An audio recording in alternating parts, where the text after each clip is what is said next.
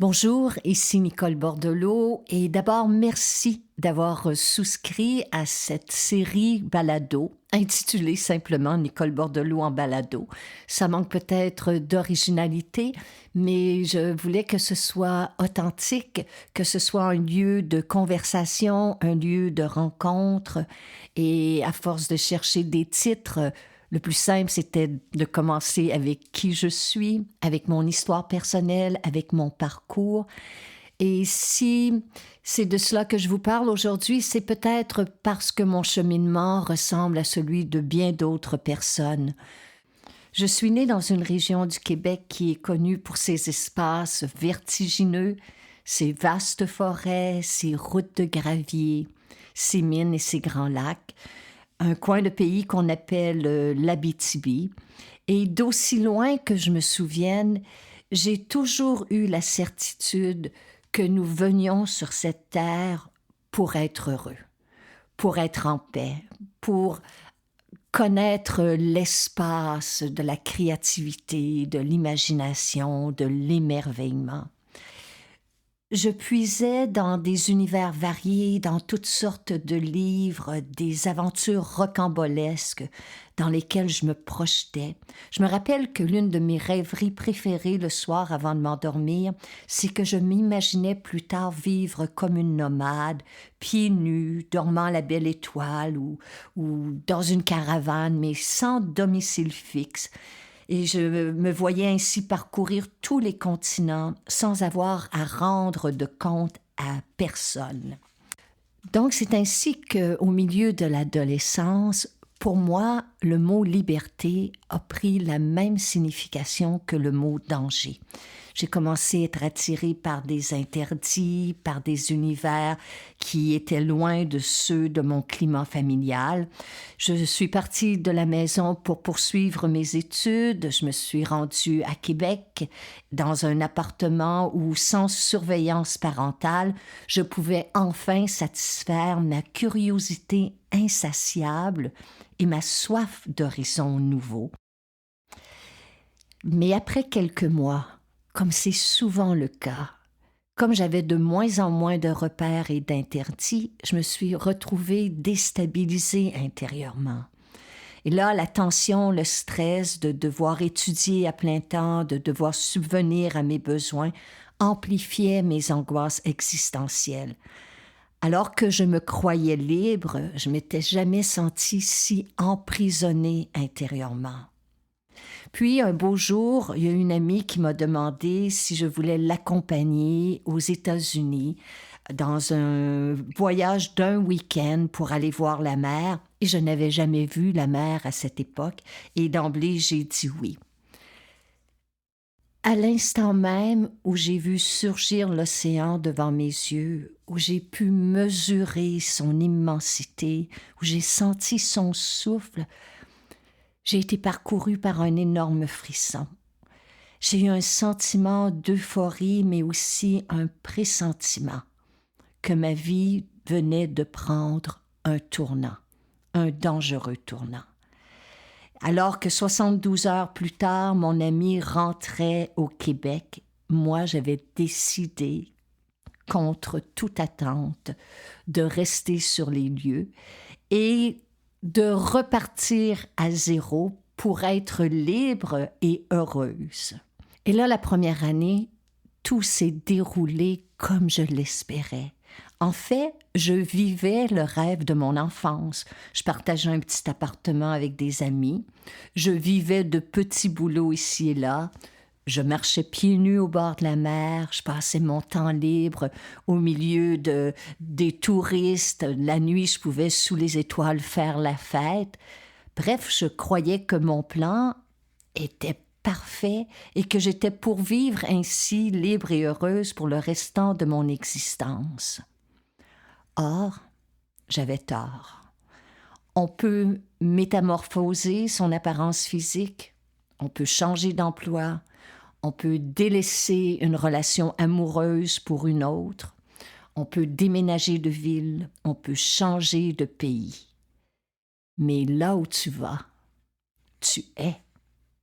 Et c'est ainsi qu'un soir, par souci de liberté ou par immaturité, manque de discernement, par arrogance ou par excès de confiance, j'allais pour la première fois de mon existence pousser la sensation enivrante d'étourdissement jusqu'à consommer de la cocaïne.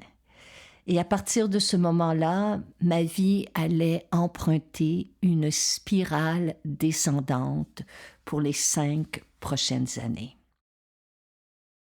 Alors que j'ignore encore tout de la vraie vie, alors que je n'ai pas véritablement vécu, j'allais m'immiscer dans un univers qui est dur et cruel, qui est celui de la dépendance, dans un milieu où j'allais rencontrer toutes sortes de gens, des fêtards occasionnels, des manipulateurs professionnels, des excessifs, des menteurs, des dépressifs, mais surtout des gens comme vous et moi qui veulent fuir un moment d'inconfort et qui, par malchance ou par manque de discernement, ont pris un chemin qui est, et je le répète, une spirale descendante.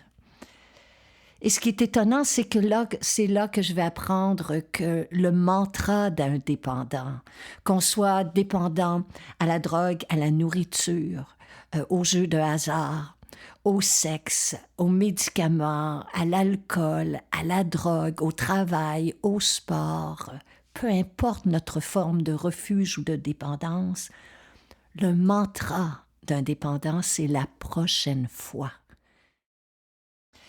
La prochaine fois, je ne miserai pas autant.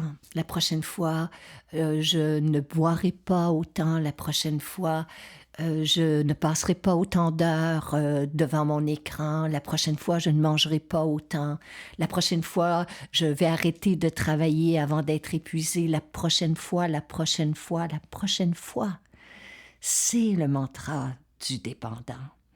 Et pendant ce temps-là, eh bien, chaque jour, personnellement, je vivais avec une multitude de symptômes physiques, de nausées, d'insomnie, de maux de tête, de fatigue excessive, mais je continuais à répéter « la prochaine fois ». À cette époque, je n'avais que 25 ans, mais j'avais déjà l'impression d'en avoir 105 parce que tout m'apparaissait tellement lourd et difficile à vivre. Et je ne savais pas du tout comment j'étais pour m'en sortir. Jusqu'au beau jour où, par excès de confiance ou d'arrogance, encore une fois, j'allais consommer davantage que d'habitude. Et ce soir-là, j'ai compris qu'il n'y aurait pas de prochaine fois. Si je ne changeais pas de vie, si je ne me réinventais pas durablement et profondément, il n'y aurait jamais de prochaine fois. La seule bonne nouvelle, lorsque notre vie s'effondre à nos pieds en 1001 miettes, la seule bonne nouvelle, c'est que c'est à nous, cette fois-ci, d'en choisir les morceaux pour se reconstruire. Ce n'est plus à nos parents, nos amis, nos professeurs, la société, notre éducation, mais c'est à nous de nous recréer intérieurement. Donc pour les 10 prochaines années, j'allais tout mettre en œuvre pour recréer ma vie, pour me refaire une santé, pour retourner aux études.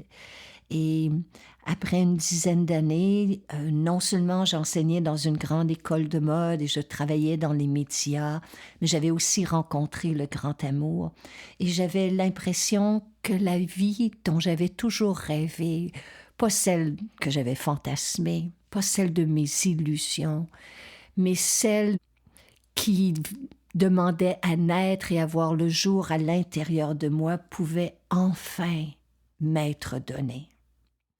Cependant, tant et aussi longtemps que nous n'avons pas déployé tout notre potentiel, que nous n'avons pas exploré toutes les ressources, tous les talents qui nous ont été donnés, qui sommeillent à l'intérieur de nous, eh bien la vie va continuer à mettre sur notre chemin des défis, des opportunités, de l'adversité, des situations, des circonstances, des personnes qui vont constamment nous mettre au défi de prendre le risque, le très très grand risque de devenir pleinement qui nous sommes.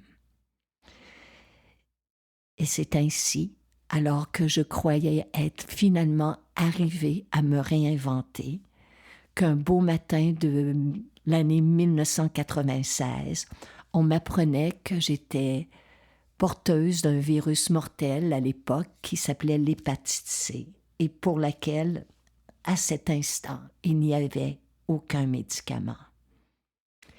Après quelques mois, j'ai compris. J'ai compris que la vie m'invitait à descendre beaucoup plus profondément au cœur de mon être, pour m'y assembler, pour m'y recréer intérieurement. Mais à l'époque, je vivais avec une obsession parce que, étant au cœur d'une maladie, je comptais le temps qui passait. Moi qui n'avais jamais accordé d'importance avant aux mois, aux années, à la date du jour, eh bien j'encerclais chaque jour sur un calendrier à l'époque. Je comptais les heures, les minutes, les secondes de la journée. Le soir, fébrilement, j'essayais de voir s'il me reste 5 ans à vivre, s'il me reste 10 ans à vivre, qu'est-ce que j'aimerais faire de ce temps. Le lendemain matin, je me réveillais effrayée et angoissée. Et tout cela a duré des semaines, des mois, jusqu'à un moment donné où j'ai réalisé que je ne pouvais plus attendre de guérir pour vivre. Vivre était guérir. Et dans les jours qui vont suivre, une foule de questions vont se présenter à moi. Qui suis-je? Qui suis-je sans cette maladie? Qui suis-je sans mes peurs, sans mes angoisses existentielles? Qui suis-je au-delà de mes projets, de mes biens matériels, de mes connaissances, de mon savoir, de ma carrière? Qui suis-je au-delà de mes désirs, de mes peurs? Qui suis-je au fond de moi, au creux de mon être? Et aujourd'hui, avec le recul, je vois que c'est précisément ce questionnement qui allait me mener à la découverte de l'extraordinaire monde que l'on porte chacun de nous en soi et qui est celui de notre esprit.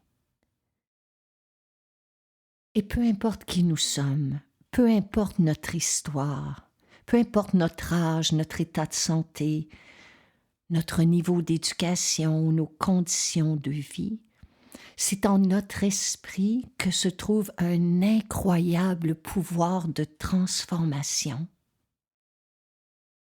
Mais pour parvenir à cette véritable métamorphose, il faut se dégager de nos conditionnements, de nos croyances, de nos projections, de nos idées fixes, de nos préjugés. Et c'est un travail de longue haleine. C'est un travail qui, pour moi, se poursuit encore jour après jour. Mais c'est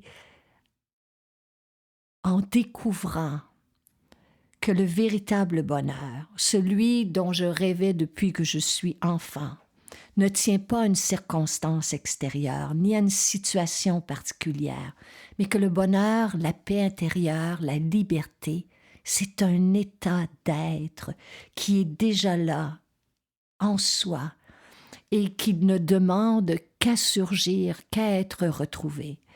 Et la voie que l'on va prendre pour atteindre et retrouver cet état initial de qui nous sommes, eh bien, pour moi, ça sera le yoga et la méditation qui m'y mènera.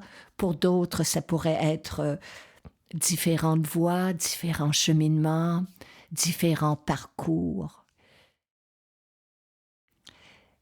Mais nous traverserons tous, à un moment ou l'autre de notre existence, des passages où nous devons nous remettre en question, où nous devons nous interroger sur le sens profond de notre vie. Au moment d'enregistrer ce podcast, nous sommes à la fin septembre de l'année 2020. et nous sommes au cœur d'une pandémie qui sévit depuis le printemps dernier. Et à travers cette période de grands bouleversements, nous perdons nos repères, nos habitudes de vie sont chamboulées, nous vivons dans l'inquiétude et dans l'angoisse, et c'est normal et c'est humain.